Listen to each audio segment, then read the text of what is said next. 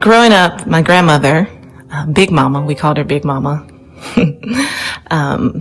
and Big Mama would send us a box of pecans and pears at Christmas time. We looked forward to this every year. She lived in a small town in Mississippi, and she had a really large pear tree. And her neighbor had a pecan tree, and we had never seen a pear tree nor a pecan tree. This is very exciting, because we lived in Wisconsin.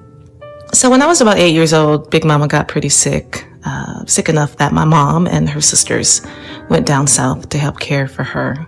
My grandfather had passed years before. Well, when she left, we knew that we weren't getting a box. And we also knew that Mama would be leaving us before we could decorate the house for Christmas, which we also looked forward to because she loved Christmas and she loved all the decorations that came with it. You know, we were a really large family, 11 kids, and we all equally adored our mother. So the older siblings decided that we were going to decorate the house and surprise her. And they decided that we were going to do something spectacular, something new. So we used all of our emergency money to buy expensive, fancy decorations. Now, Mama was very traditional in every way, and Christmas to her was always green and red with a little bit of silver. Simple, not flashy. She was very humble, and she was rooted, in Baptist church, and you weren't showy people. Well, she left. We went shopping. We bought all these new ornaments, and we thought they were beautiful. They were glass. We bought fabric ribbons. We bought new lights. We bought a new star. And I remember looking at that tree and thinking it looked like it came right out of a magazine. We were so proud, and we were counting the days before she would come back because we wanted her to be happy, and we didn't want her to worry about getting the house together for the holidays.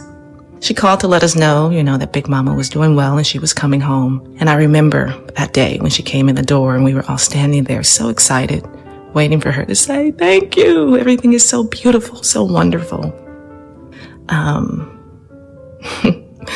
Instead, she looked at the tree and all those decorations and she didn't say anything. She just stared. We had gone to Marshall Field's, which was at the time a premier department store. And we had purchased pastel blue and pink glass ornaments.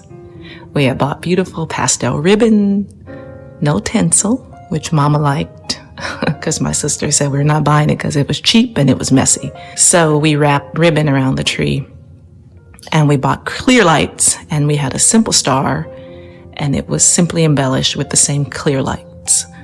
Well, Mama didn't like it. I would say that she hated it. Christmas to her was red and green with hints of silver. And where was her tinsel? Where do we get the money to buy this stuff? Where were the decorations from the previous years? I just felt sick, and I remember crying.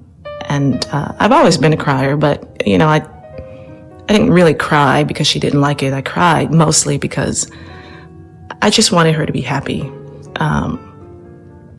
So when we speak of that day now, and we speak about it actually almost every Christmas, Mama says she wishes she would have handled it better. She wishes that she could have held back until she was rested. She remembers that she was so tired and she had traveled by Greyhound bus from Mississippi to Wisconsin. It was a long ride. She remembers that she had a lot to do when she returned, and she didn't know how she was going to get it all done because she had to go back to work. And she remembers that she had planned on using whatever money we had left to buy gifts and food and, whatever else we needed to have a good Christmas.